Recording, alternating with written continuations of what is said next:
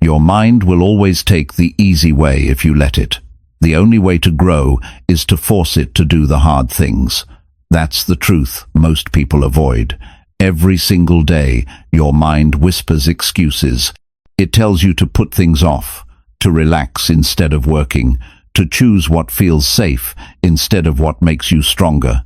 And if you keep listening, you stay stuck exactly where you are. But when you decide to push past those excuses, even in the smallest ways, you change everything. This is not about being perfect. It's about proving to yourself that you can act even when you don't feel like it, that you can finish what you start, that you can do the hard things that most people run away from. In this audiobook, I'll show you how to train your mind to listen to your decisions, not your moods. Because once you master that, there's nothing you can't build in your life. Chapter 1. Force yourself to finish tasks you keep avoiding daily. If you really want to change your life, you need to learn how to force yourself to finish the tasks you keep avoiding. Think about it for a moment. Every single one of us has those things we put off. They sit on our desk, in our mind, or on our to-do list, and we keep moving them to tomorrow. The hard phone call, the uncomfortable conversation, the project we know we need to start, the exercise we promised ourselves, or even that book we said we would finish. These are the tasks that drain us more by avoiding them than by actually doing them. And that's the truth about human psychology. Avoiding what you know you should do builds stress, guilt, and frustration. It robs your confidence. When you avoid a task, you teach your mind that delay is an option. You train your brain to believe excuses are more important than progress. And each time you give in to delay, you weaken your own self-respect. That's the real cost of avoidance, not the undone work, but the message it sends to your own mind: you can't trust yourself. That's why successful people live differently. They build the habit of facing hard things head-on. They finish what they avoid. And once you start doing that, you change the entire direction of your life. So how do you do it? First, you must understand that your feelings will not always support you. You will not feel like making that call. You will not feel like exercising when you're tired. You will not feel like working on that project when the television or the phone offers you something easier. If you wait for the feeling, you will wait forever. What separates people who grow from those who stay stuck is this: they act despite their feelings. They don't negotiate with themselves. They don't wait until the mood is right. They decide, and then they do. Forcing yourself to finish tasks you avoid starts with awareness. You need to be honest with yourself about what you keep pushing away. What is it you've been carrying for weeks, months, maybe even years? Write it down. Be clear. Don't hide from it. Your progress starts with facing it directly. If you can't be honest with yourself about what you avoid, you'll never build the discipline to finish it.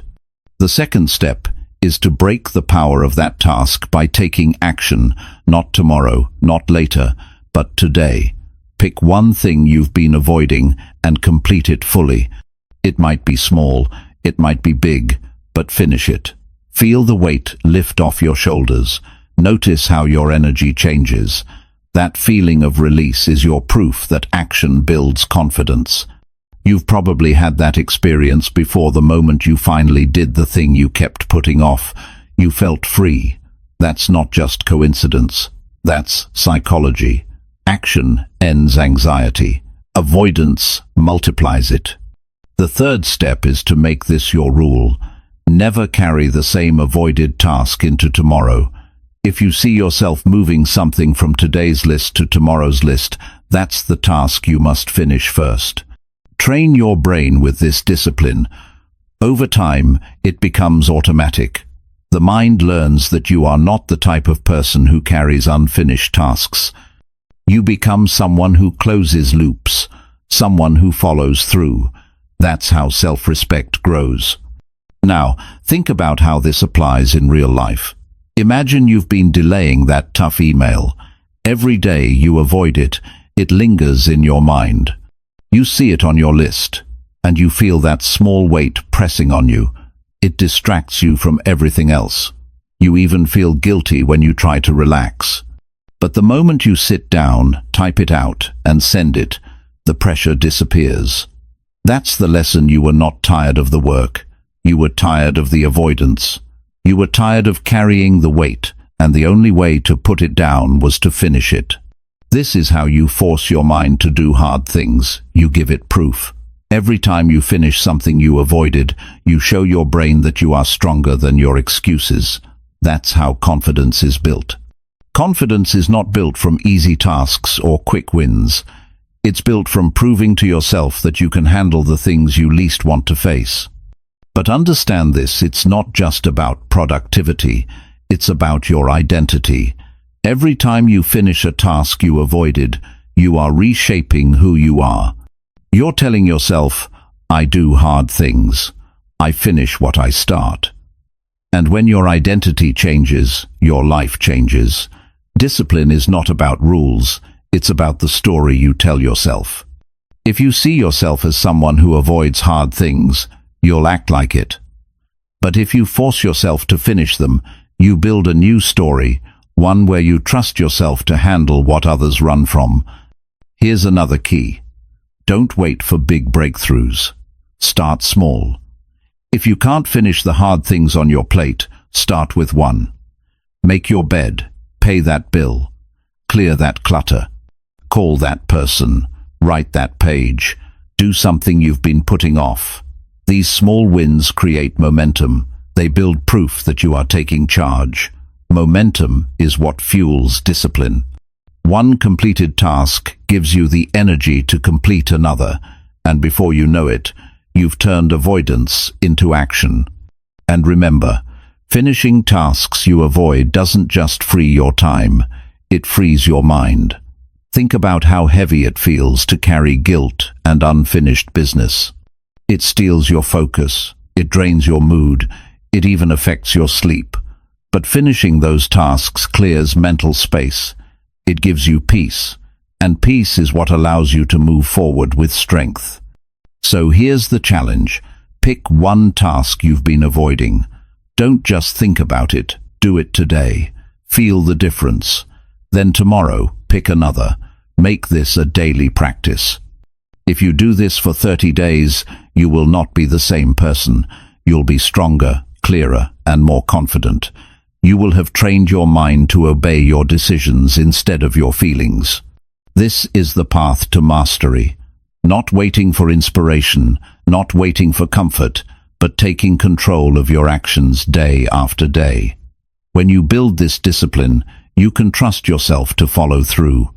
And when you trust yourself, there is nothing you can't accomplish. So start now. Don't carry today's weight into tomorrow. Don't let another day be stolen by avoidance. Force yourself to finish what you've been running from. That's how you grow. That's how you become disciplined. And that's how you take control of your future. Chapter 2. Build discipline by forcing yourself to take harder choices. Discipline is not built in comfort. It is built in the moments you force yourself to take the harder choice when the easier one is right in front of you. Life is full of crossroads, small ones, big ones, daily ones. Do you wake up on time or hit the snooze button? Do you eat the quick snack or prepare something healthy? Do you sit down to work or scroll endlessly on your phone? Each of these moments may seem small, but each decision trains your mind. Every choice tells your brain what kind of person you are becoming. If you take the easier option often enough, your mind begins to expect comfort. If you train yourself to take the harder choice, you build the muscle of discipline. Discipline is a practice of decision-making. Think about it. You don't suddenly become disciplined because you read a book or hear a speech. You become disciplined by choosing the harder path again and again. At first, your mind resists. It wants what feels good now, not what brings growth later.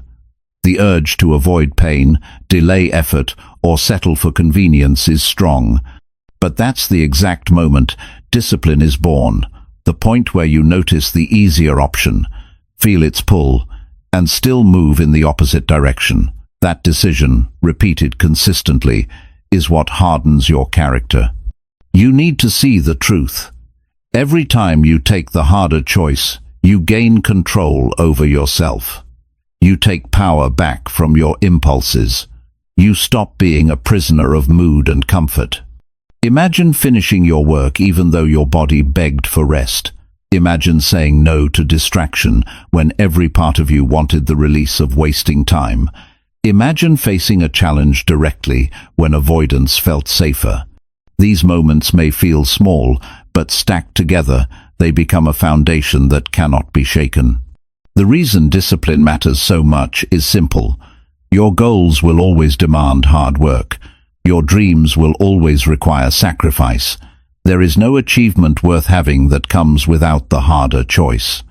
And when you practice choosing difficulty now, when the stakes are small, you prepare yourself for the bigger tests ahead. If you can resist the lure of 1 extra hour of sleep, you can resist the temptation to quit when business gets hard. If you can push yourself through one workout, you can push yourself through the exhausting days of building something meaningful. The little battles matter because they create your identity as someone who chooses strength over weakness. But how do you train this ability? Start by noticing. Discipline begins with awareness. Pay attention to the moments you automatically choose comfort. Ask yourself, what's the harder choice right now? If it's between washing the dishes now or leaving them for later, the harder choice is clear. If it's between having a productive hour of work or spending it scrolling, the harder choice is clear. If it's between confronting a problem or ignoring it, the harder choice is clear. Once you see it, commit to taking it. Don't give yourself room to bargain. Act before the excuses show up. The next step is to accept that the harder choice won't always feel good at the start. It's not supposed to. That's why it's called the harder choice. But here's the truth. It only feels hard at the beginning. Once you move through it, you discover strength you didn't know you had. Think about the last time you pushed yourself into action. Maybe it was exercise, maybe it was work, maybe it was a difficult decision. At first, you resisted, but once you started, the resistance weakened. The hardest part was getting past your hesitation. That's the psychology behind discipline. The discomfort shrinks the moment you commit to action. Another important point is to build consistency. Discipline is not about one dramatic decision. It's about hundreds of small ones.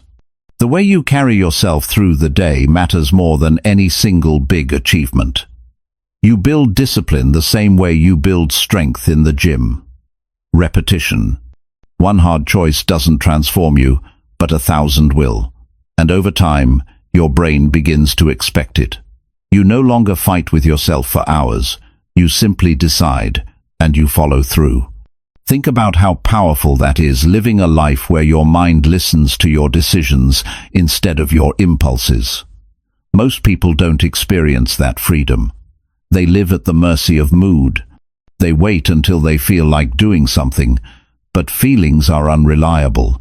Discipline is the force that overrides feelings, and every time you choose the harder path, you strengthen that force. Now, let's bring this to your daily life.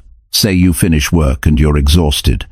You have 2 options: collapse on the couch for the rest of the evening, or spend 1 hour on the project that matters to you. The easy choice gives you momentary comfort. The harder choice gives you growth. Say you're faced with a meal decision, fast food or a healthy plate. You prepare yourself. The easy choice satisfies you now. The harder choice makes you healthier tomorrow. Say you're confronted with a conflict. Avoid the uncomfortable conversation or have it directly. The easy choice keeps the peace for a moment. The harder choice builds honesty and respect. These are real decisions we all face, and every single time you force yourself to take the harder option, you earn the discipline that will serve you in bigger battles. But here's the warning. If you consistently choose the easier path, you train your mind to expect weakness. You tell yourself that excuses are valid. You build the habit of quitting before you even begin. And that habit spreads into every area of life.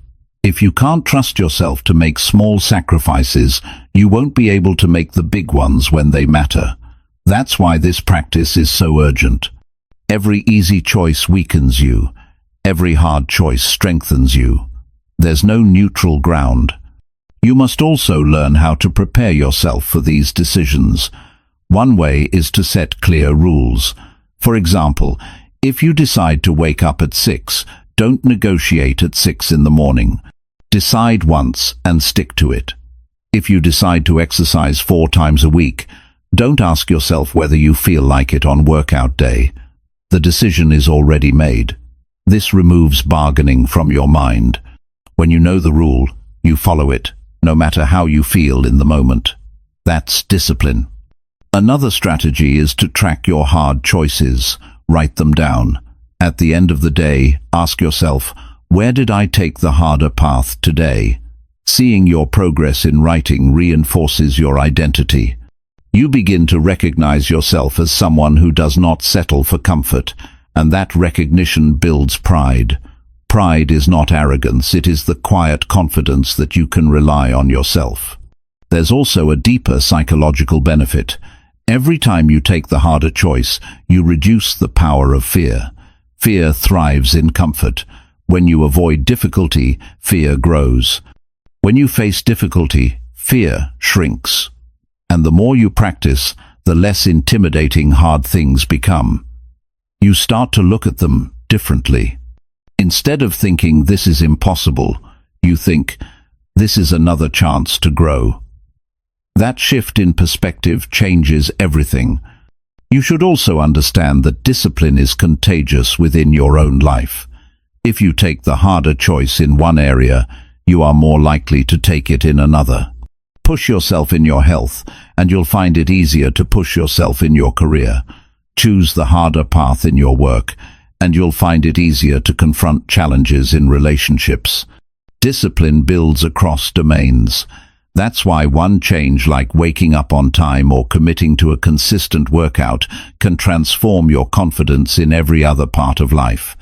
Now think about the opposite. If you refuse to build discipline, you carry regret. Regret is heavy.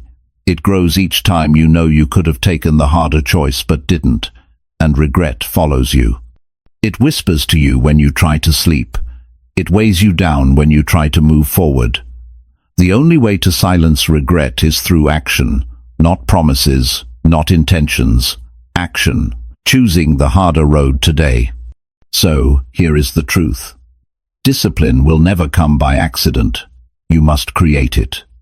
You create it by standing at the crossroads of comfort and difficulty and stepping firmly into difficulty. You do it when you want to run, but instead you face.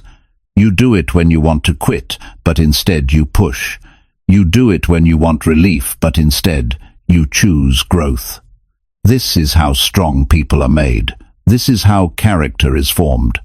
Every day gives you dozens of opportunities to practice. You don't need to wait for a grand challenge. It's in the small, ordinary moments, getting out of bed, finishing the work, keeping a promise, following through. Each of these is a chance to take the harder choice. If you can master these moments, the larger challenges of life will not break you. And the reward is enormous. When you build discipline, you create freedom. Freedom from regret, freedom from weakness, freedom from wasted potential. You wake up knowing you can trust yourself to do what must be done. That is the deepest kind of confidence, not the shallow confidence of appearance, but the deep confidence of integrity. You know you are reliable, and that knowledge is priceless. So practice today. Force yourself into the harder choice whenever it appears. Do it not once, but every day. Do it until it becomes automatic. Do it until people look at you and wonder how you became so steady, so reliable, so strong. And when they ask, you will know the answer, because you built discipline by forcing yourself to take the harder choices. That is how you grow into the person capable of carrying big dreams, heavy responsibilities, and a life of meaning. Chapter 3. Take control of your mind when it looks for escape. Your mind has a clever way of trying to escape when life demands effort. The moment pressure shows up, the moment discomfort rises, your brain looks for the nearest exit. It whispers, "Do it later, take a break, find something easier." It offers you distraction, entertainment, or comfort to avoid what matters most. If you don't take control in those moments, your mind will lead you away from progress and toward regret. That's why learning how to master your thoughts when they search for escape is one of the most important skills you can ever develop. Every person faces this challenge. You sit down to work, and suddenly the urge to check your phone becomes irresistible. You plan to exercise, and suddenly your body convinces you that rest is more important. You promise to finish a task, but your mind finds 100 excuses to step away. This is not weakness unique to you. This is human psychology. The brain is designed to avoid discomfort. It will look for any route that removes effort. If you allow it, it will run the show. But when you take control, you begin to rewire how your mind responds. You shift from being a servant to being the master. The first step is awareness. You cannot control what you do not see. Pay close attention to when your mind tries to escape. Notice the patterns. It usually happens when something feels hard, when the outcome is uncertain, or when boredom sets in. You'll recognize the urge to get up, to procrastinate, to delay. Catch that moment. Don't let it slip by unnoticed. That is the doorway to change. Once you see it, you can decide. Without awareness, you act on autopilot. With awareness, you reclaim choice. The second step is interruption. When you feel the pull to escape, stop yourself for a moment. Don't rush into the distraction.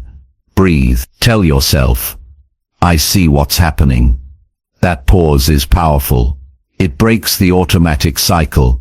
Instead of letting your brain drag you into avoidance, you create a space where discipline can step in.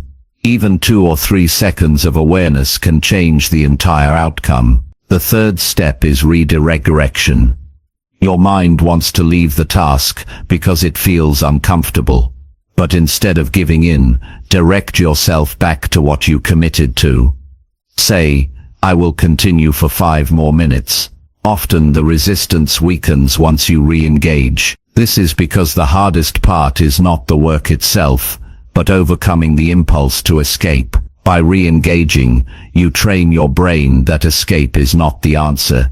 You build mental toughness by holding yourself in the place of discomfort until it loses its power. You also need to understand the cost of escape. Every time you give in, you reinforce weakness. You train your mind to believe that quitting is acceptable, and that belief carries into everything you do. Small escapes build into big ones. Avoiding one conversation turns into avoiding responsibility. Skipping one workout turns into abandoning your health. Ignoring one task turns into years of wasted potential. You don't just lose time, you lose trust in yourself. That's why it's so important to break the habit early, in the small daily decisions, where escape feels harmless. Control comes from repetition. Each time you resist the urge to escape, you grow stronger. Each time you stay with the hard thing instead of running, you carve a new pattern in your brain. At first, it feels unnatural. The pull to escape is strong, but over time, it becomes your new normal.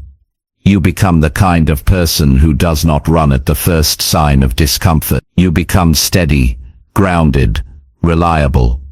And that steadiness is what separates those who succeed from those who never reach their potential.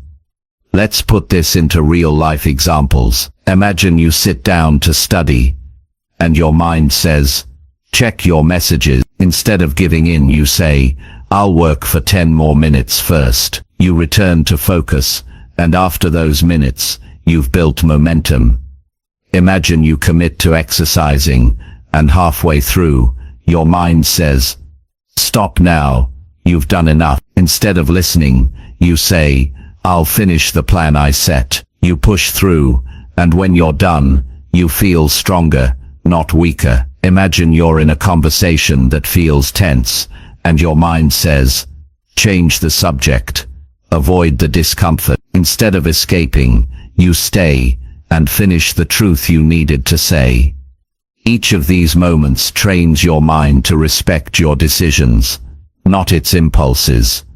It's also important to design your environment.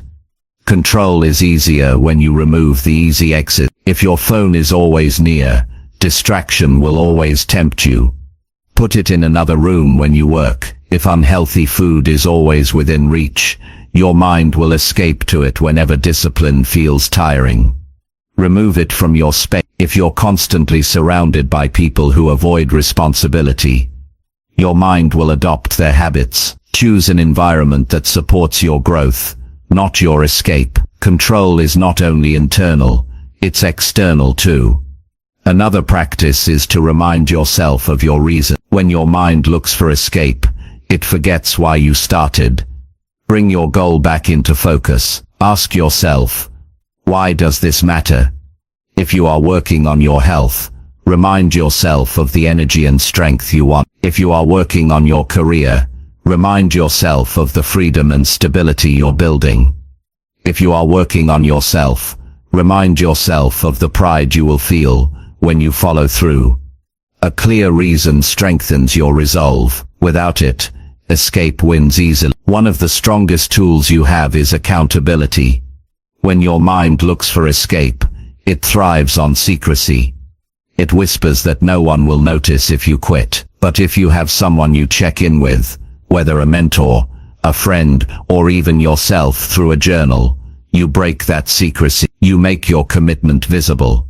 And visibility creates pressure to follow through. Tell someone your goal. Write down your daily choices. Track when you resist escape. These actions create proof that you are in control.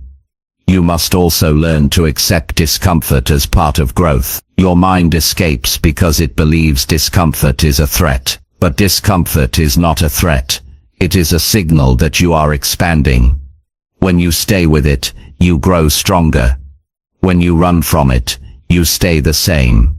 Train yourself to welcome discomfort. Tell yourself, this is the price of progress. When you change your relationship with discomfort, escape loses its power. Over time, you'll notice something remarkable. The same situations that once triggered escape will no longer bother you. What used to feel impossible will feel normal. You'll study without needing constant breaks. You'll exercise without negotiating with yourself. You'll work through challenges without searching for distraction. That is the reward of discipline. Freedom from the constant urge to run. But remember, this isn't about perfection. You will slip. You will give in sometimes. The key is not to let those moments define you. Recognize them. Learn from them. And return to discipline quickly. Each time you recover, you prove to yourself that you can get back on track. Control is not about never falling. It's about rising faster each time you do. There is another layer to this. Emotional control. Often, the mind looks for escape, not because of the task, but because of the emotions attached to it. Fear, doubt, insecurity. These are powerful triggers. When you feel them, your mind offers you escape to avoid pain. The key is to face the emotion instead of running. If you're afraid, admit it, and still act. If you doubt yourself, acknowledge it, and still move forward. If you feel insecure, remind yourself that growth always feels uncertain. When you face your emotions, you weaken their hold. When you escape, you feed them. Think about the long-term vision of your life. Do you want to look back and see a pattern of escapes, or a record of control? The difference will shape your destiny. Those who allow escape to rule them never reach their potential. Those who master their mind create lives of strength, discipline, and fulfillment. Every day you practice control, you invest in that future. Every time you resist escape, you step closer to the person you want to be. So here's the challenge for you today. Pay attention to your mind. Watch how it tries to escape. Don't judge yourself. Just notice, then interrupt it. Redirect yourself back to the task. Hold steady until the impulse passes. Do this once, then again. Make it your daily practice. Over time, you will discover a power you didn't know you had. The power to command your own mind. And when you can command your mind, you can command your life. You will no longer be a victim of distraction, fear, or avoidance. You will be in charge. You will be free. And that freedom comes not from running, but from staying, from finishing, from facing what matters when your mind looks for the door. That is real control. That is the foundation of discipline. That is the path to the life you want. Chapter 4. Do the work even when your feelings fight against it. There will be days when your feelings scream at you to stop. You will wake up tired, unmotivated, and discouraged. Your emotions will tell you to put things off, to take it easy, to wait for a better moment. You will feel resistance in your chest, in your body, and in your mind. That is when the true test begins. Anyone can act when their energy is high and their mood is positive. The real measure of discipline is whether you can do the work when every part of you argues against it. This is where growth is forged, not in the easy moments, but in the ones where your feelings fight your decisions. Feelings are powerful, but they are temporary. They rise and fall depending on sleep, food, stress, and countless other factors. If you allow your feelings to decide for you, your life will become inconsistent. Some days you will move forward, other days you will stall, and over time the inconsistency will cost you opportunities. The path to stability is learning how to separate decisions from emotions. When you commit to doing the work regardless of how you feel, you become reliable. You no longer live at the mercy of your moods. You set the standard, and your actions follow it. Think about it. Success in any area, health, business, relationships, personal growth, requires consistency. Consistency cannot exist if you obey your feelings. There will always be days where you don't feel like showing up. The athlete who wins is not the one who trains only when motivated. It's the one who trains when tired, when sore, when unmotivated, because they know the work must be done. The professional who thrives is not the one who performs only when inspired. It's the one who delivers every day, even under pressure, even when doubt whispers in their ear. This principle applies to every area of life. You must act even when your emotions resist. The mind plays tricks in these moments. It exaggerates the discomfort of effort. It tells you that the task is harder than it really is. It convinces you that delay will make it easier later, but the opposite is true. The longer you wait, the heavier the task becomes. The more you hesitate, the louder your emotions grow. The way to quiet them is not by listening, but by acting. Action weakens resistance. Once you begin, your feelings often shift. You find focus, you find rhythm, and you discover that the work is not as unbearable as your emotions suggested. It's important to understand that this is not about ignoring your feelings entirely. Feelings carry information. They tell you when you're tired, stressed, or overwhelmed, but they should not be in control. You can acknowledge them without obeying them. You can feel tired and still work. You can feel anxious and still take the step. You can feel unmotivated and still honor your commitment. This is the difference between those who stay stuck and those who grow. Stuck people wait for feelings to align with action. Growing people act first and let feelings adjust later. In practical terms, this means building systems that remove the option of quitting. For example, set a rule that you start working at a certain time no matter how you feel. When the clock strikes that hour, you begin. No negotiation. no bargaining, or set a rule that you exercise a set number of times each week, and you follow through whether motivated or not. These systems anchor your behavior to decisions, not emotions. They create stability, and stability builds results. Another key is to shrink the decision down. When your feelings resist, the full weight of the task can seem overwhelming. Instead of focusing on the entire project, focus on starting. Tell yourself you'll do 5 minutes. Sit down, open the file, write a few lines, make a single call, take the first step. Once you begin, momentum often carries you further. The hardest part is not the work itself, but breaking through the wall of emotion at the beginning. By making the first step small and non-negotiable, you bypass the emotional storm and move into action. You also need to develop a clear vision of why the work matters. When emotions rise, they narrow your perspective. They make you focus on the discomfort of the moment. To counter that, lift your eyes to the bigger picture. Remind yourself of the reason behind your effort. Are you working to build financial stability? Are you training to protect your health? Are you studying to create a better future? These reasons are bigger than the mood of the moment. When you connect to them, the temporary resistance loses power. You see that the pain of doing the work is small compared to the pain of regret. Every time you do the work against your feelings,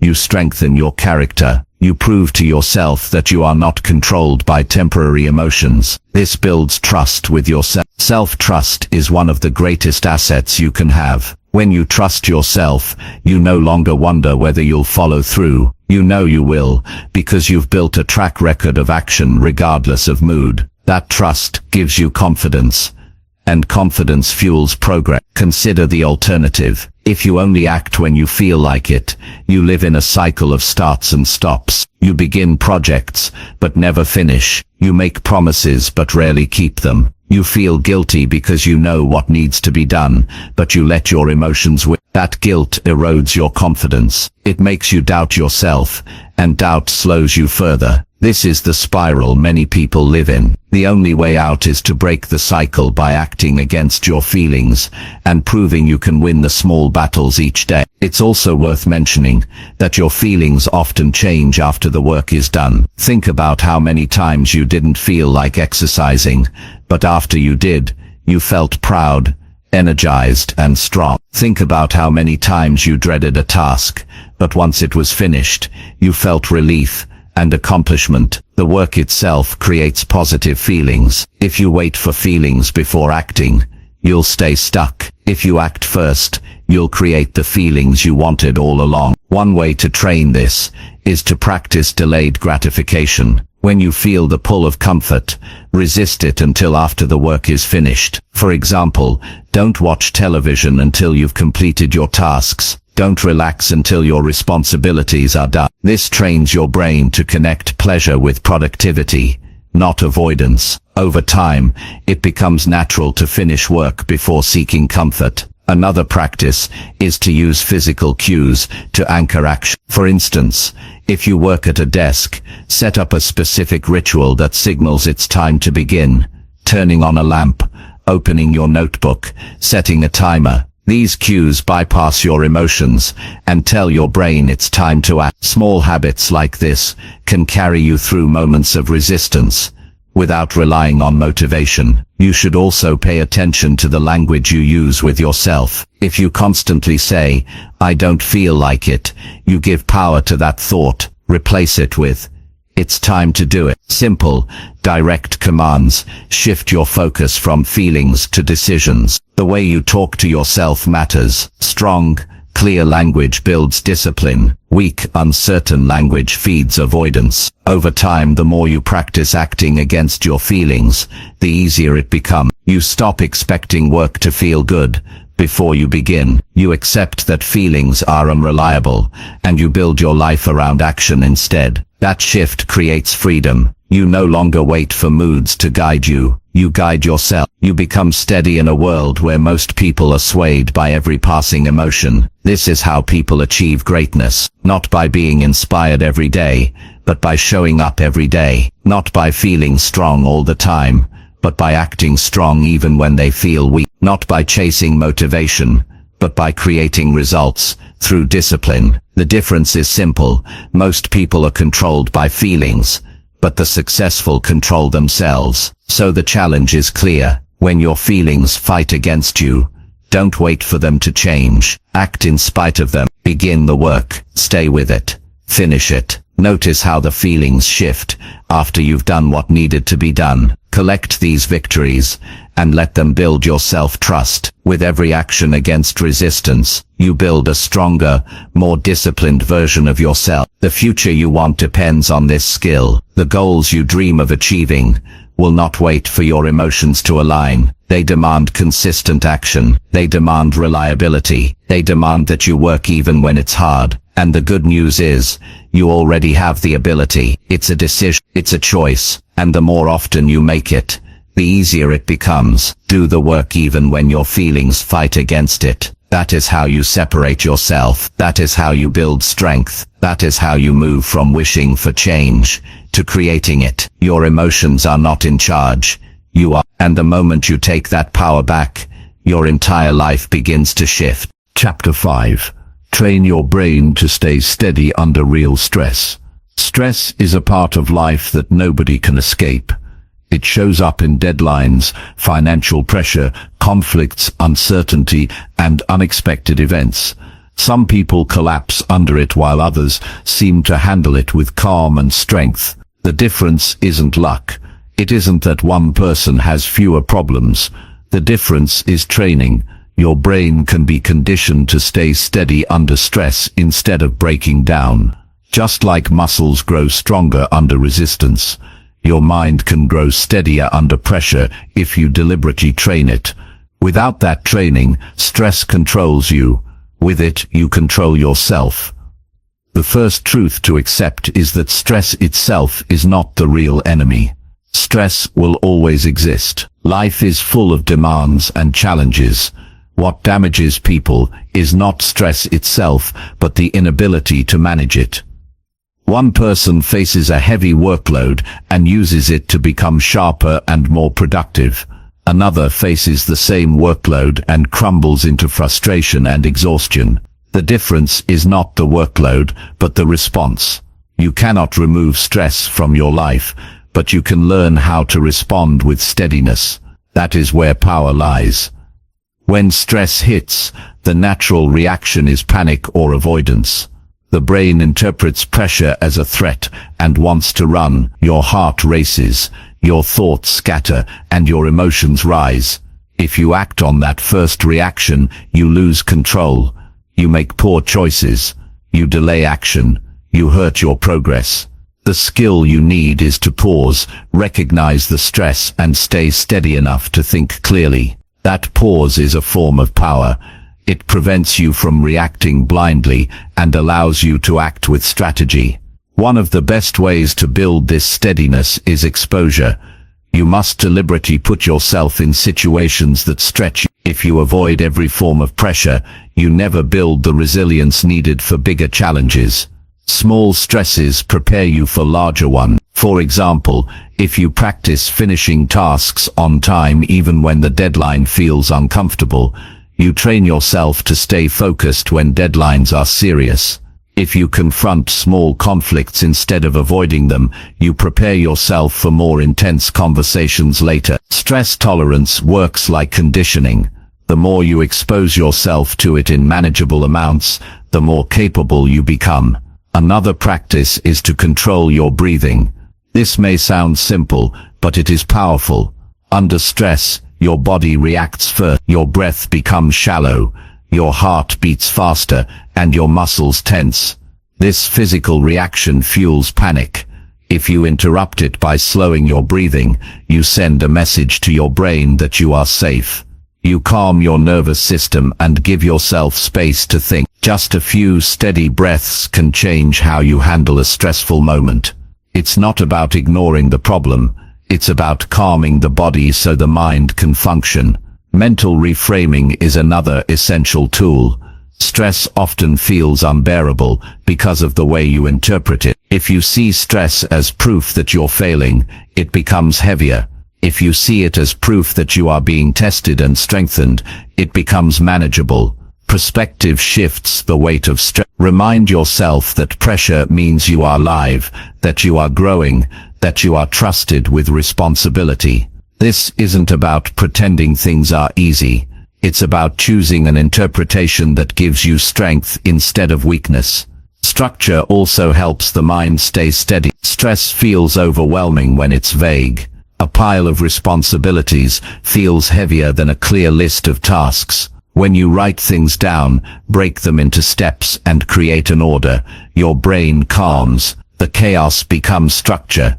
You no longer feel attacked from all directions. You see what needs to be done first, second and third. This clarity doesn't erase stress, but it makes it manageable. You prove to yourself that you are not powerless. You have a plan. Another training method is to practice focus in the middle of discomfort. When stress rises, your attention wants to scatter. It jumps from thought to thought, problem to problem. If you allow it, you waste energy in worry instead of action. To train steadiness, you must force yourself to focus on what can be done now. Ask yourself, what is the next useful step, and give all your energy to that. Ignore the noise, ignore the temptation to handle everything at once, and discipline your mind to narrow its attention. This single habit can prevent collapse under pressure.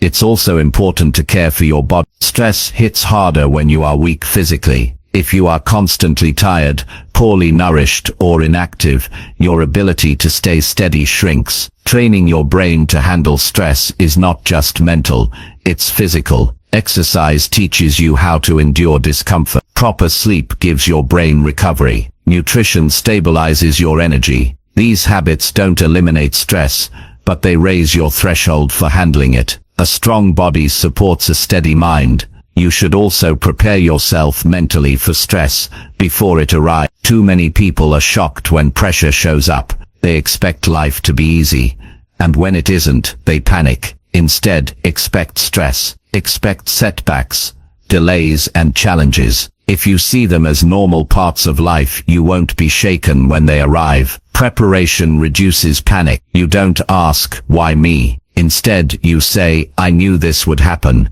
and I know how to handle it. That readiness is what keeps you steady. Another key is detachment. Stress feels unbearable when you become consumed by it. If you tie your entire identity to a single outcome, every obstacle feels like life or death. To stay steady, you must step back. Remind yourself that stress is temporary, that one failure does not define you, that you are larger than the current pressure. Detachment gives you perspective. It allows you to see stress as one event among many, not the end of the world. This reduces the emotional intensity and allows clearer thinking. Learn to use stress as feedback instead of seeing it only as a burden. Stress often points to areas where growth is needed. If a certain situation overwhelms you, that's a signal that this is the area to strengthen. If public speaking stresses you, practice it more. If deadlines stress you, discipline your time management. If responsibility stresses you, gradually take on more. Each stressor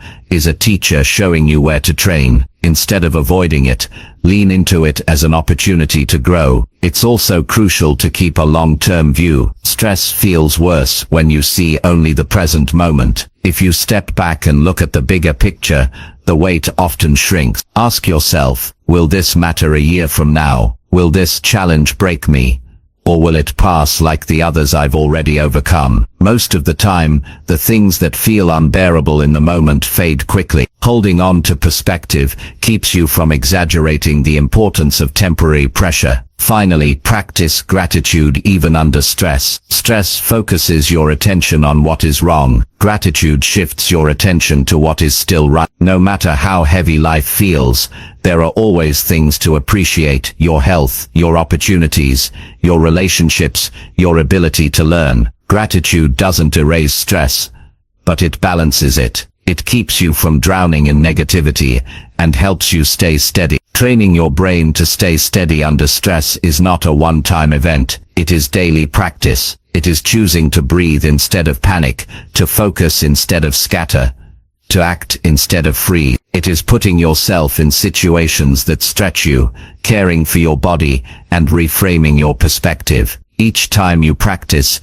you build resilience. Each time you face stress with steadiness, you prove to yourself that you can handle more than you thought. Over time, this training transforms you. You stop fearing stress because you know you can handle it. You stop running from pressure because you know it makes you stronger. You stop doubting your ability because you've proven it again and again. This is how leaders are built. This is how confidence is earned, not by avoiding stress, but by training the brain to stay steady inside it. Life will continue to bring pressure. Challenges will never disappear, but you do not need them to disappear. You need to become someone who remains calm, clear, and strong no matter what shows up. That ability is worth more than comfort. It is the foundation of discipline, growth, and lasting success. And it begins the moment you decide that stress will not control you. You will control yourself.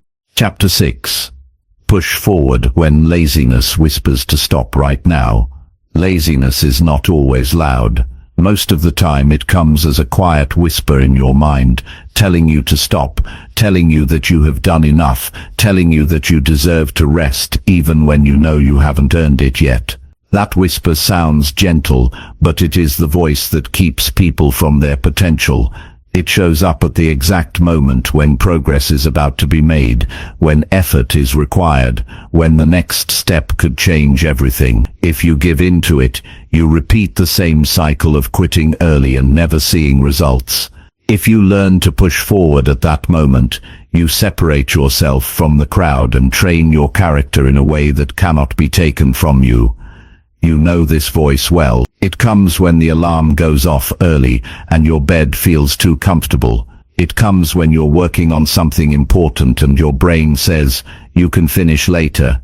It comes in the middle of a workout when your body says, enough for today. These moments happen to everyone. The difference is not who hears them, but who decides to push forward anyway. That's what builds resilience. That's what strengthens the mind. Laziness wants immediate relief. It wants to avoid discomfort in the short term, even if it means creating bigger problems in the long term. It tricks you into believing that stopping now is harmless, but the cost is heavy. Each time you stop when you should continue, you reinforce weakness. You tell your mind that comfort matters more than growth, and soon stopping early becomes a habit that touches every area of your life. You start to quit conversations, projects, responsibilities, and goals halfway through. The pattern of laziness becomes your identity. That is why it is so dangerous. It's not just about one skipped task, it's about who you are training yourself to become. When the whisper comes, you must have a rule in place. The rule is simple: keep going a little longer. If you plan to work for an hour and at 30 minutes, laziness tells you to stop, commit to 10 more minutes. If you promised yourself 20 push-ups and your body tells you to stop at 12, push through until 20. This practice of going past the whisper is where real discipline is built. Each time you override it, you prove to yourself that laziness does not control you. That proof strengthens your self-respect, and self-respect is the foundation of confidence. Another way to defeat laziness is to anchor yourself in clarity.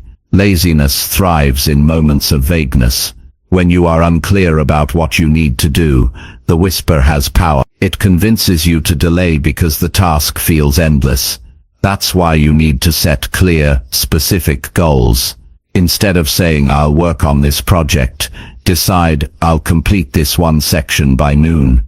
Instead of saying, I'll exercise, decide, I'll run 2 miles. Clear goals shrink the space where laziness operates. They give you a finish line to focus on, and focusing on that line helps you move forward even when you don't feel like it. It also helps to remind yourself of the bigger cost of quitting. Ask yourself, what will it cost me if I stop now? The answer is always the same. You lose progress, you lose momentum, and you lose the chance to trust yourself. This thought makes the whisper weaker, because while stopping feels good in the moment, regret feels worse later. When you picture the regret, the choice becomes clear. Do you want a few minutes of comfort now, or the satisfaction of knowing you followed through? The satisfaction always outweighs the comfort. One practical strategy is to use physical movement to break laziness. When your energy dips, your mind starts searching for reasons to stop. If you respond by moving your body, standing up, stretching, changing posture, you create a surge of energy that can carry you past the urge to quit. Your body and your mind are connected.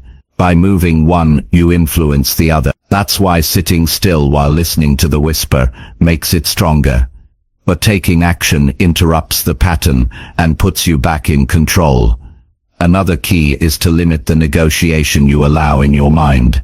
Laziness gains power when you start debating with it. The longer you entertain thoughts like maybe I should stop now, the more convincing they become. Don't argue with laziness. Decide quickly. Push forward without giving it oxygen. The faster you act, the weaker the whisper becomes. Delay only makes it louder. You also need to recognize that laziness often disguises itself as kindness. It says things like, you deserve rest, or take it easy, you've worked hard enough. While rest is important, there is a difference between earned rest and avoid. Laziness tries to convince you that avoiding effort is self-care. But in reality, self-care is keeping promises to yourself. True rest feels satisfying because it follows effort. False rest feels empty because it comes from quitting.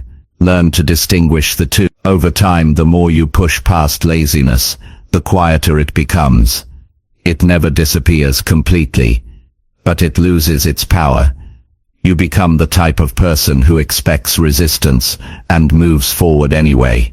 You no longer wait for the perfect mood. You no longer give weight to excuses. You act because you decided to act. That identity makes you unstoppable in a world where most people stop at the first sign of discomfort. Imagine what your life would look like if you applied this consistently. Projects would be finished, not abandoned. Goals would be achieved, not delayed. Promises would be kept, not broken. You would trust yourself to follow through in every area of life. That trust would spread into your relationships, your work, and your personal growth. The difference between the person who gives in to laziness and the person who pushes forward is the difference between a life of regret and a life of pride. The real secret is understanding that pushing forward is not just about the task at hand. It's about shaping your future. Each time you defeat laziness, you build momentum that carries into tomorrow. Each time you give in, you steal momentum from your future self. Think about that. The decision you make in the next 5 minutes is not small. It determines who you will be tomorrow. That is why discipline feels so powerful. You are not just working on a task, you are working on yourself. So the next time laziness whispers to stop, see it for what it is. It's not a signal that you should quit, it's a test asking you, will you give in, or will you grow? Push forward, take one more step, do one more rep, write one more page, make one more call, then do another. Keep going until the whisper fades into the background.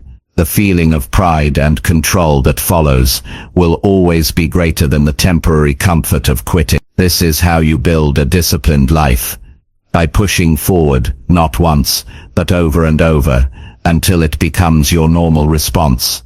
Laziness will always whisper, but you will have trained yourself not to listen. And when you live that way, you no longer wait for motivation. You no longer worry about failure. You know that whatever resistance shows up, you will keep moving. That is the freedom that comes from discipline.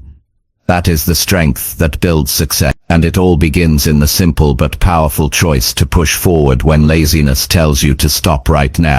Chapter 7. Win over your mind. By sticking to simple promises, your mind is always watching what you do. Every time you make a promise to yourself, even the smallest one, your brain records whether you keep it or whether you break it. This is how self-respect is built or destroyed. If you say you will wake up at a certain time and you actually get up, your brain notes it. If you say you will drink more water today and you follow through, your brain trusts you a little more. If you promise to finish a task before the day ends and you actually complete it, your brain learns that you are reliable. On the other hand, when you say one thing and do another, your mind starts to doubt you. It learns that your words don't mean much, and once that happens, you weaken your own confidence because deep down you know you cannot count on yourself. The way to win over your mind is not through grand declarations or dramatic goals, but through simple promises you keep. Small commitments done consistently are far more powerful than huge ambitions that never materialize. If you want to rebuild trust with yourself, start with something realistic. Promise to make your bed each morning and keep it. Promise to read 10 pages of a book and do it. Promise to walk for 15 minutes and follow through. These may seem small, but they carry enormous weight because they prove to your mind that you mean what you say. Over time, this repetition creates a new identity. You begin to see yourself as someone who follows through. That identity becomes the foundation for bigger achievements. Most people fail, not because they cannot do hard things, but because they overwhelm themselves with unrealistic promises. They swear they will completely change their life overnight. They set huge goals with no structure, and when they inevitably fall short, their mind loses faith in them. The better approach is steady consistency. Build discipline by showing yourself proof through small wins. If you can trust yourself with the little things, you can trust yourself with the big ones. Confidence is built like a staircase, not a leap. Your promises are like contracts with yourself. They are not for others to see. They are the agreements you make privately that shape how you feel publicly. If you keep those contracts, you walk with strength. If you break them, you carry quiet shame. Think about how heavy it feels when you know you said you would do something, but you didn't. That disappointment lingers, even if nobody else knows. Now think about the pride you feel when you keep a commitment, even if it's small. The sense of control and satisfaction is real. That's the psychology you need to harness. Winning over your mind is not about perfection. You will miss sometimes, but the goal is to build a pattern where your actions match your promises most of the time. This pattern builds reliability, and reliability builds belief. When you know you will do what you say, you no longer waste energy doubting yourself. You free up mental space to focus on progress instead of excuses. That is how momentum is created. To make this work, you need to keep your promises simple and clear. Vague promises are easy to break. Saying I'll be more productive tomorrow is too unclear. Saying I'll finish this report by noon is specific. Saying I'll be healthier this week is vague. Saying I'll avoid soda for the next 7 days is clear. The clearer the promise, the easier it is to measure and the harder it is to escape. Another key is to never overpromise to yourself. Start with promises that you know you can keep. It's better to build confidence with small wins than to destroy it with big failures. Over time, once your track record is strong, you can expand. Think of it like lifting weights. You don't start with the heaviest load, you start light, you prove you can handle it, and then you gradually increase. Promises work the same way. Begin with what you can handle. Add more as you grow. The habit of sticking to promises also strengthens your ability to resist temptation. When you practice saying yes to discipline and no to excuses in small things, you carry that strength into larger challenges. If you train yourself to finish a simple task before relaxing, you're more likely to finish an important project before procrastinating. The small becomes practice for the big. This is how discipline expands across your life. One of the most damaging things people do is speak casually to themselves. They say, "I'll do it tomorrow," but tomorrow never comes. They say, "I'll cut back," but they never commit. Each time this happens, your brain learns that your words are empty. You cannot afford to speak casually about commitments. If you say it, mean it. If you don't intend to do it, don't say it. Protect the value of your promises. That value is the core of your relationship with yourself. Keeping promises to yourself is also what builds resilience during difficult times. When stress, fatigue, or doubt show up, you fall back on your habits. If you have built a habit of keeping promises, you will follow through even in hard seasons. If you haven't, you will collapse under pressure. This is why consistency matters more than intensity.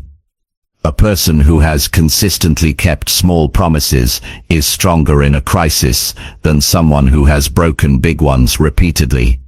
The strength is not in the size of the promise, but in the reliability of the follow-through. Another benefit of sticking to promises is clarity of identity. You stop questioning who you are. You stop wondering if you are disciplined, capable, or strong. You know you are because you have evidence. Every small completed promise is evident. This clarity builds an unshakable kind of confidence. You don't need others to validate you. You don't need external motivation. You have proof inside yourself. That proof is what allows you to face bigger challenges without hesitation. To apply this practically, create a short list of non-negotiables each day. Keep it simple. 3 to 5 small promises that you will keep no matter what. These promises should not depend on motivation, mood, or circumstance. They are daily disciplines that ground you. It might be drinking a set amount of water, writing for 15 minutes, or making your bed. Over time, these daily victories accumulate into a lifestyle of reliability. You don't need to announce them to the world. They are private victories that shape your character. One more thing to understand is that your mind does not forget. If you break promises too often, your brain will remind you of your past failures. This creates hesitation and self-doubt when you face new challenges. On the other hand, if you keep promises consistently, your brain reminds you of your past victories. This creates confidence when you face new challenges. The past either weighs you down or lifts you up, depending on the pattern you've created. That's why today matters. What you do today shapes the story your brain tells you tomorrow.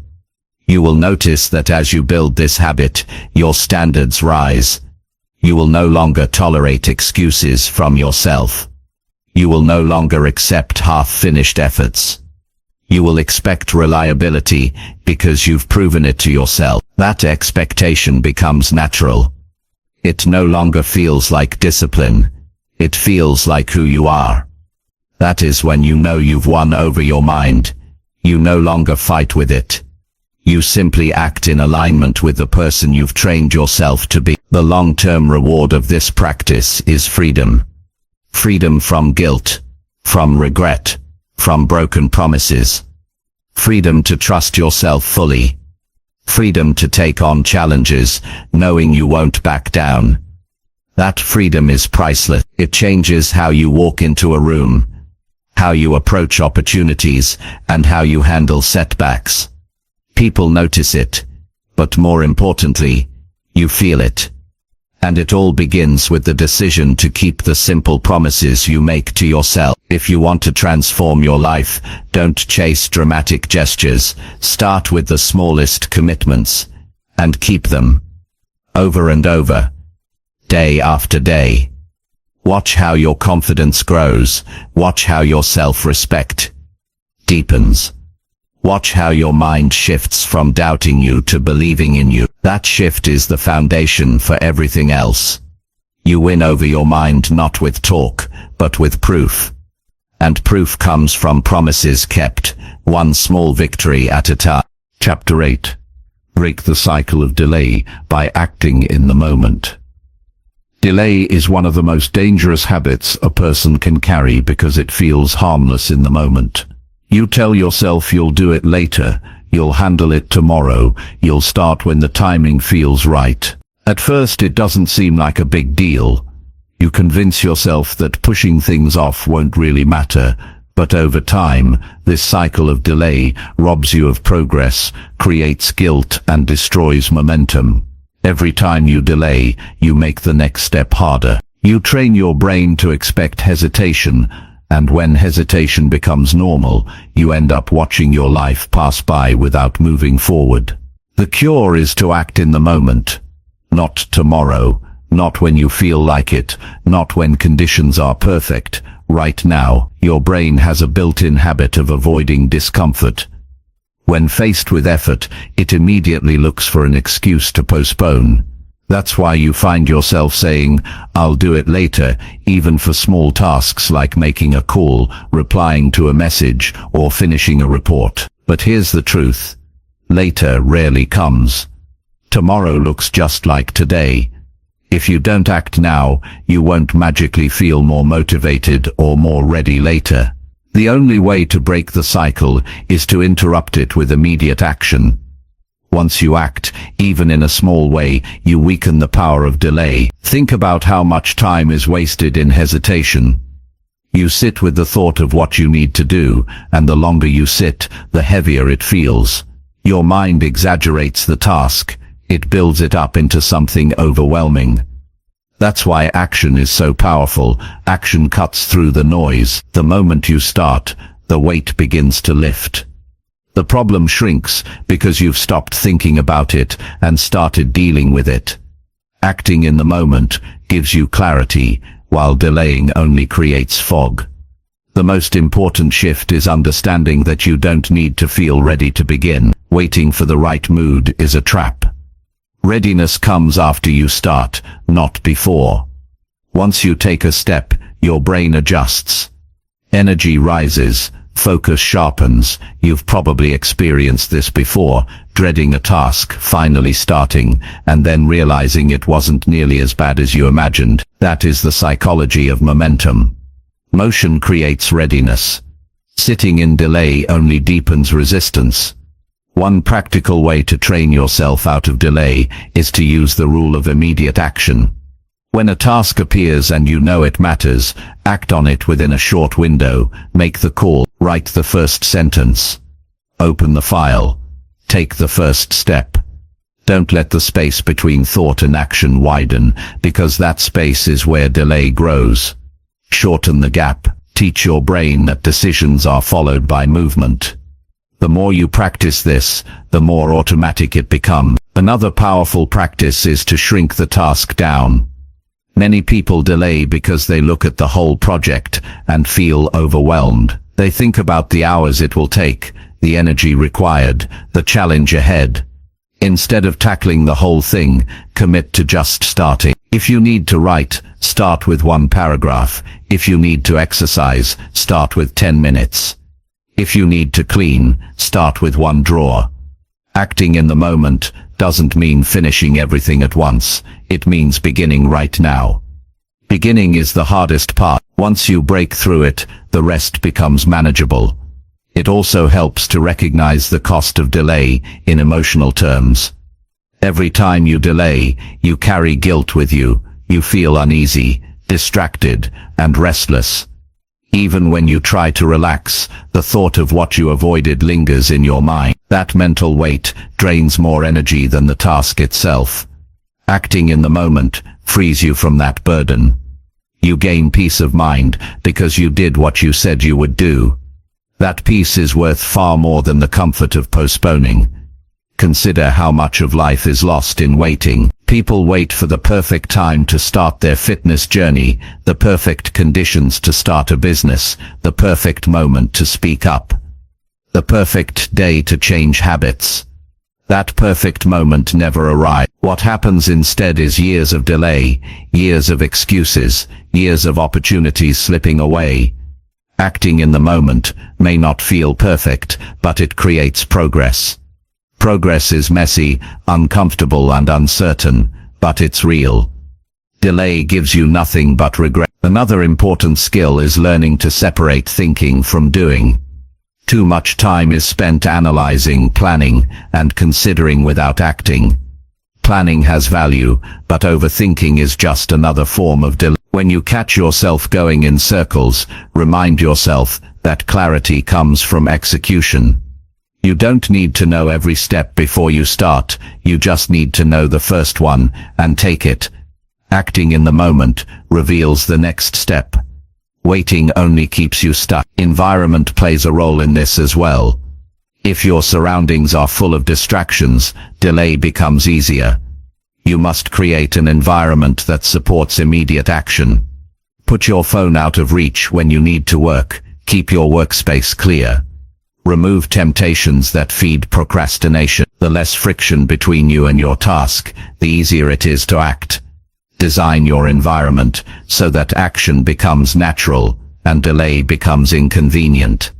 Accountability also helps break the cycle. When you keep your commitments private, it's easier to delay because no one else sees it. But when you tell someone your plan or write it down in a visible place, the pressure to follow through increases. You've created a standard outside of your mood. This doesn't mean relying on others for motivation. It means using accountability as a tool to reinforce action in the moment. The deeper reason people delay is often fear. Fear of failure. Fear of rejection. Fear of discomfort. Delay is the mind's way of protecting you from what it perceives as a threat. But avoiding the fear only makes it stronger. The longer you wait, the scarier it feels. The cure is exposure. Acting in the moment forces you to face the fear directly. Each time you do, the fear shrinks. Over time, what once felt terrifying becomes normal. This is how courage is built, not by waiting until you feel fearless, but by acting while fear is still present. To build this habit, you must redefine how you see yourself. Stop calling yourself a procrastinator. Stop identifying with delay. Instead, build the identity of someone who acts quickly. Each time you take immediate action, reinforce that identity. Tell yourself, I act now, I don't wait. Over time, this becomes your standard. You no longer see immediate action as unusual. It becomes who you are. Imagine the life that opens up when you live this way.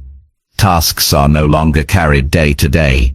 Opportunities are seized instead of missed. Goals move forward because action is consistent. Your confidence grows because you can trust yourself to follow through. Stress decreases because you no longer live under the weight of unfinished business. Acting in the moment does not just change your productivity, it changes how you feel about yourself. Breaking the cycle of delay is one of the most liberating shifts you can make. It gives you momentum, clarity and freedom. It takes you out of hesitation and into action. And the truth is, the only difference between people who succeed and people who stay stuck is that the successful act while the others wait. They hear the same doubts, feel the same resistance, but they choose to move now. That single habit separates progress from stagnation. So the next time you catch yourself saying, I'll do it later, stop, recognize that as the beginning of the cycle.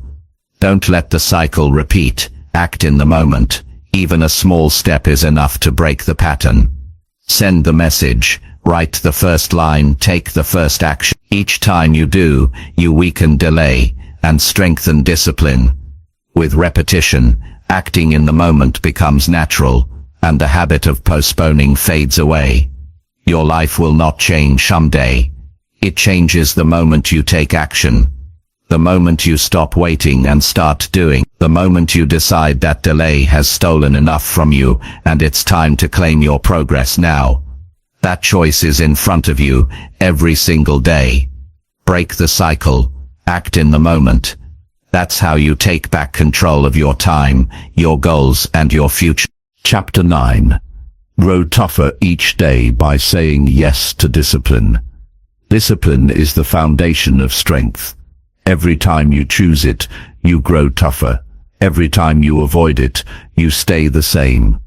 Life constantly places you at crossroads, where you can either say yes to discipline or yes to comfort. The choice you make in those small daily moments shapes the entire direction of your life. When you wake up and decide to get moving instead of hitting snooze, that's discipline. When you finish your work before relaxing, that's discipline. When you keep a commitment you made to yourself even though it feels inconvenient, that's discipline. And each of these choices toughens you in ways you cannot see in the moment, but feel deeply over time. Discipline is often misunderstood. People think it's about punishment or restriction, but it's the opposite. Discipline is the pathway to freedom. It is the tool that allows you to live with self-respect. Without discipline, you become a prisoner of your impulses. You eat when you shouldn't. You quit when it gets hard. You delay what you know matters, and you end up controlled by weakness instead of strength. With discipline, you become free because you can trust yourself. You know you will follow through. You know you will do what must be done. That self-trust is what builds toughness. Toughness is not something you're born with. It is created every time you say yes to discipline when it would be easier to quit. Think of the moments when you resisted temptation, when you completed a task despite fatigue, when you stuck to your standard even when nobody else was watching. Those are the bricks that build resilience, and the more often you practice it, the tougher you become. What once felt impossible becomes normal. What once broke you no longer has power.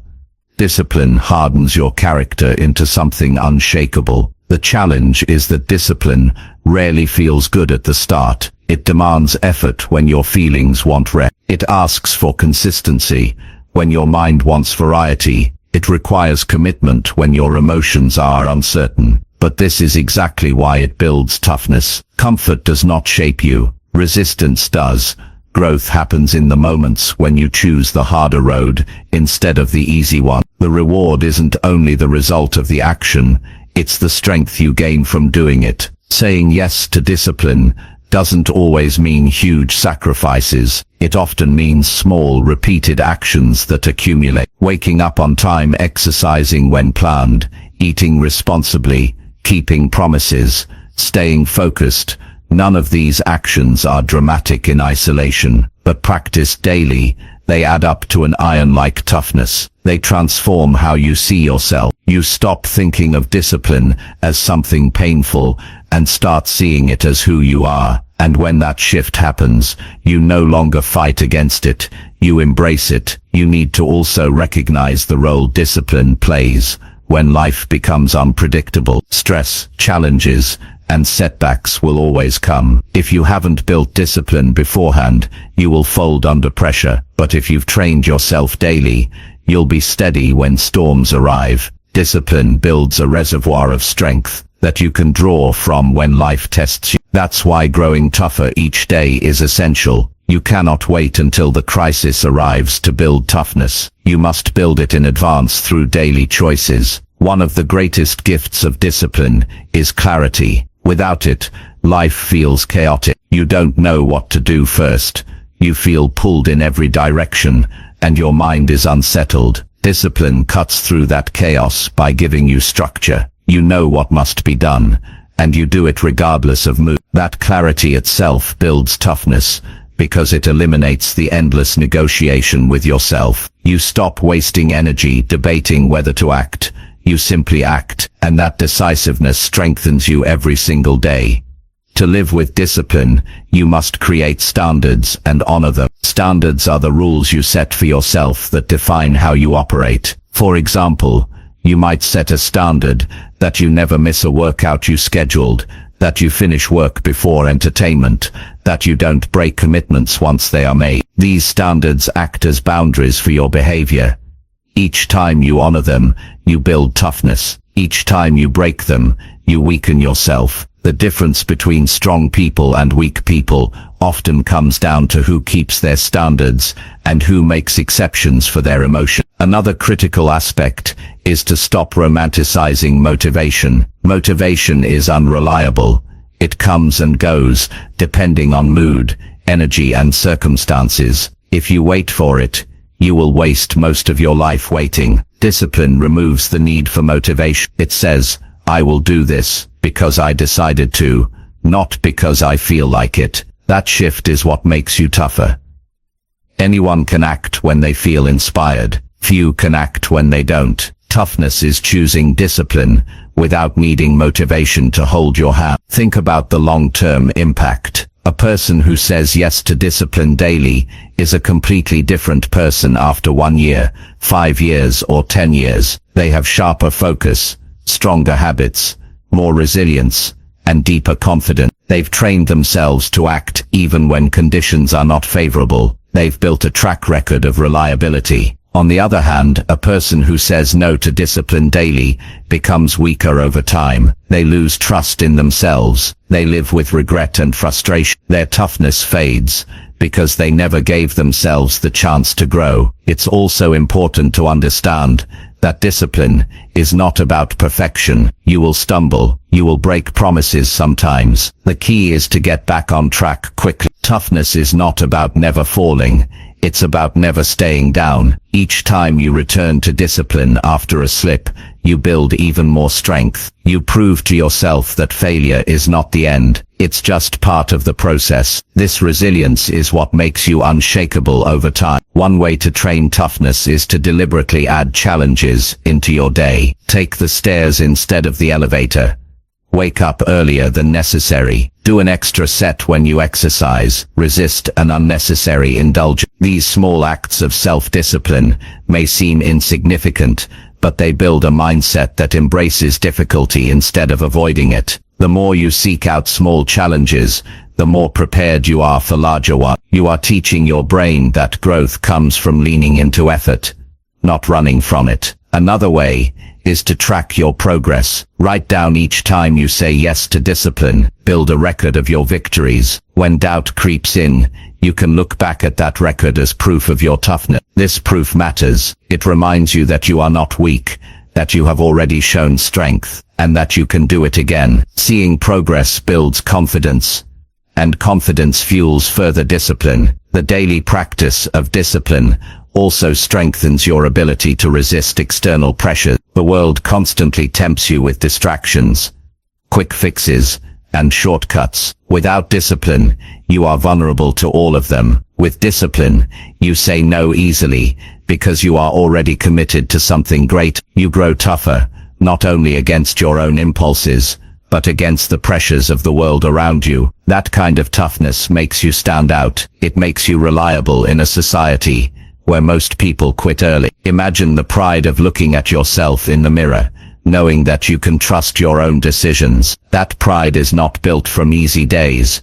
It's built from disciplined days. From the mornings you didn't want to rise, but did. From the tasks you didn't want to complete but finished. From the temptations you didn't want to resist but overcame. Each of those victories is invisible to the world, but they are powerful to you. They shape how you carry yourself. They shape how you speak, how you work, how you lead. That's the gift of discipline. So when life gives you the option, and it always will, choose discipline. Choose it in the small things, because those build the big things. Choose it when it's inconvenient, because that's when it matters most. Choose it daily, because discipline is not built in one act, but in repeated acts that harden your character. Each yes to discipline toughens you. Each yes to discipline makes you more reliable. Each yes to discipline pushes you closer to the life you want. There is no shortcut to toughness. There is no easy way to grow into the person you dream of being. It happens through the grind of daily discipline. It happens through saying yes when laziness says no. It happens through honoring commitments when comfort tempts you to quit. This process may be hard, but it's also liberating, because once you've trained yourself this way, you know that no matter what life throws at you, you can handle it. You've grown tougher day by day, choice by choice. That's how people change their lives, not with one dramatic decision, but with 1,000 small ones. Each one is a yes to discipline. Each one is a step towards strength. And if you keep saying yes, you won't just build discipline. You will build a life that others admire and that you are proud to live. Chapter 10. Strengthen your mind by showing action controls your life. Your mind becomes stronger when you stop letting thoughts and feelings run the show and start proving through consistent action that you are in charge. Too many people spend their lives in their head, planning, dreaming, and overthinking, while never building the habit of following through. They confuse intention with progress, but the truth is, only action changes anything. When you show yourself daily that action directs your life, your mind begins to reshape itself. It learns that your decisions are not just ideas, but commands that must be honored. That is how mental strength is created, not through endless reflection, but through repeated action that reinforces who you are becoming. When you allow hesitation to control you, your mind grows weaker. Every time you say you will do something but don't follow through, you build a pattern of failure in your own psychology. You teach yourself that your words mean nothing. Over time, this corrodes self-belief. You stop trusting yourself, and when you don't trust yourself, you doubt everything you attempt. The opposite happens when you act. Each time you take a step, even a small one, you prove to your brain that you are dependable. That proof builds strength, it builds confidence, it builds momentum. Action is more powerful than motivation. Waiting for the perfect mindset before acting is a trap that keeps you stuck. Your brain will always find reasons to delay. If you want to strengthen your mind, you must flip the script. Act first, let your feelings catch up later. Once you begin, resistance fades. Once you move, energy rises. Once you commit, clarity comes. The key is to stop asking yourself whether you feel ready and to start proving through action that readiness is irrelevant. The stronger your mind becomes, the less you rely on mood and the more you rely on discipline. To build this kind of strength, you must train yourself in small, practical ways. Do the things you promise yourself in small, practical ways. Do the things you promise yourself immediately, no matter how insignificant they seem. If you say you'll wake up at 6, get out of bed at 6 without negotiation. If you say you'll work for an hour, sit down and start right on time. If you say you'll read 10 pages, pick up the book and turn the pages. Each of these moments may appear minor, but they are not. They are deposits into the account of self-trust. They are how your brain learns that action defines your life, not excuses. The reason this works is because your mind is always seeking evidence. It constantly asks, can I rely on myself? When you act, you provide a yes. When you hesitate, you provide a no. The more yeses you give, the stronger your mind becomes. You no longer waste time doubting. You know you can handle challenges because you've built the proof through action after action. This is how ordinary people create extraordinary strength, not by waiting for courage, but by repeatedly proving through action that they are capable. Consider how many problems in life are made worse by delay. A task left unfinished grows heavier the longer it waits. A conversation avoided becomes more awkward as time passes. A responsibility ignored creates stress that builds until it overwhelms you. Action is the cure.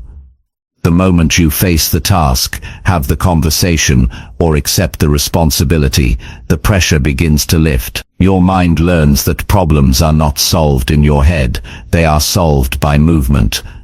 This lesson builds resilience, because you stop fearing challenges. You know that whatever comes, you will act.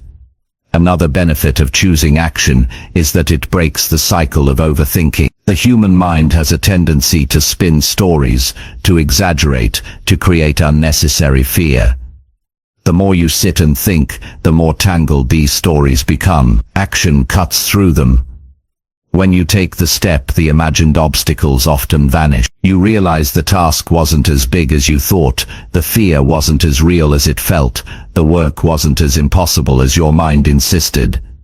Strength is built each time you silence the noise of overthinking, with the clarity of doing. To strengthen your mind further, you must stop giving power to excuses.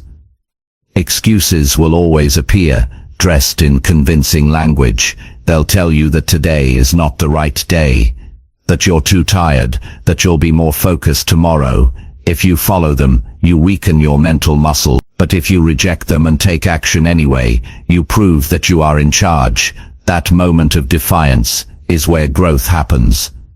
You show your mind that excuses don't dictate your life, your choices do. It's also essential to measure progress, not by what you thought about doing, but by what you actually did. People often give themselves credit for planning, but planning without execution is worthless. Mental strength is earned in the execution. At the end of each day, ask yourself, what actions did I take? Not, what did I think about? That simple shift in measurement rewires your brain to value results over intention. Over time, you begin to live by action naturally, because you've trained your focus away from wishful thinking and onto tangible proof. One of the deepest changes that happens when you let action control your life is the transformation of identity. At first, you may see yourself as inconsistent, weak, or unmotivated, but each time you act, you chip away at that old identity. You replace it with a new one, disciplined, reliable, strong. Identity is not changed by wishing, it's changed by evidence. And the evidence comes from action. The more actions you take, the faster the old version of yourself fades, and the new one emerges. To keep this practice alive, create daily rituals that demand action. Start your day with a meaningful task completed right away. This might be exercise, journaling, or focused work. Finishing something early in the day sets the tone. It tells your mind that action controls the pace of your life, not hesitation. Then as the day unfolds, continue stacking actions. Don't wait for inspiration. Act, then act again. Build rhythm. This rhythm conditions your brain to associate action with progress and waiting with stagnation. Another powerful way to strengthen your mind is to deliberately embrace tasks that you resist. The more you avoid something, the more power it gains over you. By acting on the very things you resist most, you reclaim that power.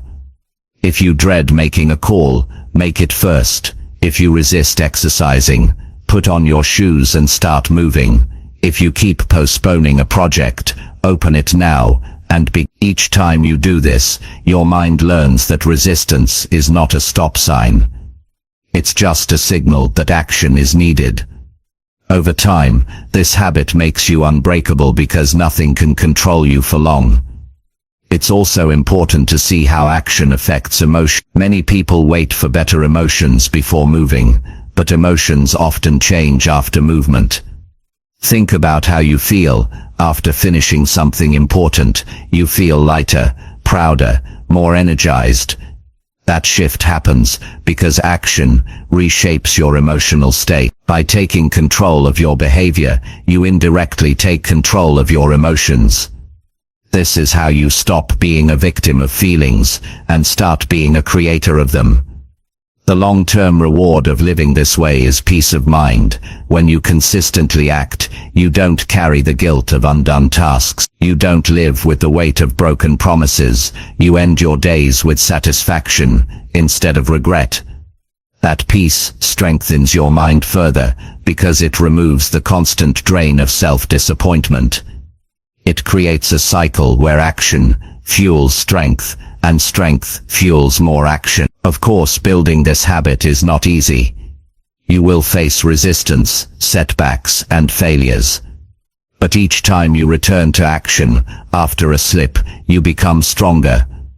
The ability to restart quickly is part of mental toughness. It shows your mind that mistakes don't define you, your return to action does. This resilience is what separates those who keep growing from those who quit. Imagine yourself a year from now, living with this standard.